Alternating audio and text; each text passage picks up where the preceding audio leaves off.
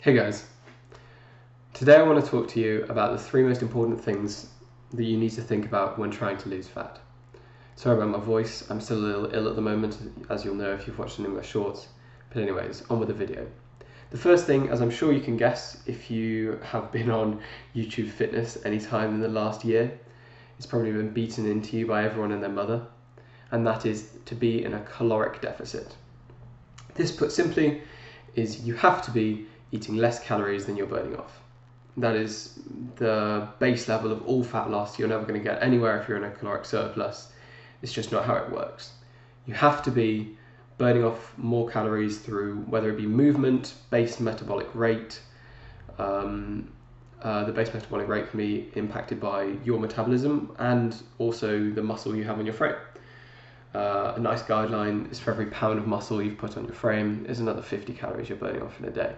However, that is just a guideline, and everyone's very unique when it comes to base metabolic rates. When it comes to energy expenditure as well, movement is a key factor. There's a thing called NEAT, which is just your non-exercise burning calories in a day, whether this be jiggling your leg or just tapping your fingers. Everything burns calories.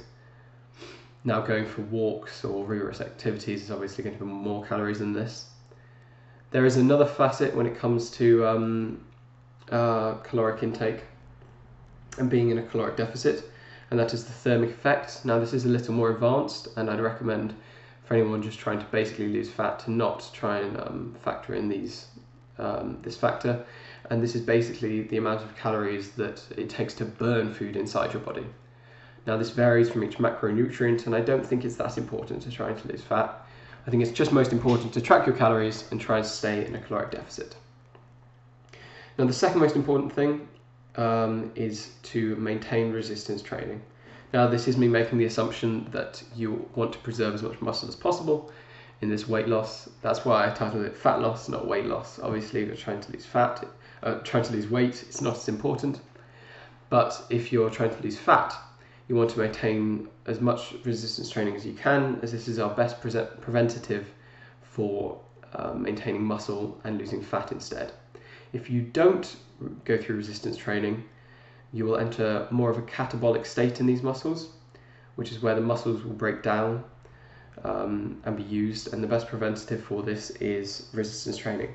Now, it must be said, when you're going through any fat loss, if you're natural especially, you're going to experience some muscle loss. That's just a fact, and it's something we've all got to deal with. But that doesn't mean we can't do anything about it, and resistance training is a very important thing when it comes to this. Now, my third most important thing is to maintain a high protein intake. This is for two counts. The first one is to do with the second reason. On top of resistance training, to maintain as much muscle as we can, we need to have protein. As we all know, protein is very important for our muscles. However, on a second count, protein is the most appetizing, and I mean this in a not the taste kind of way, but it is the most satiating of the macronutrients, meaning the higher protein intakes we can have, the more likely we are to stick with our diets and be able to maintain these caloric deficits, as it can be hard on our willpower.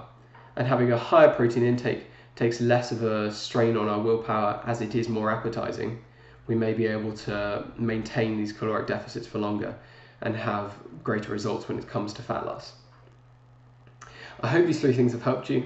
Thank you so much for watching. Don't forget to like and subscribe. Have a good day.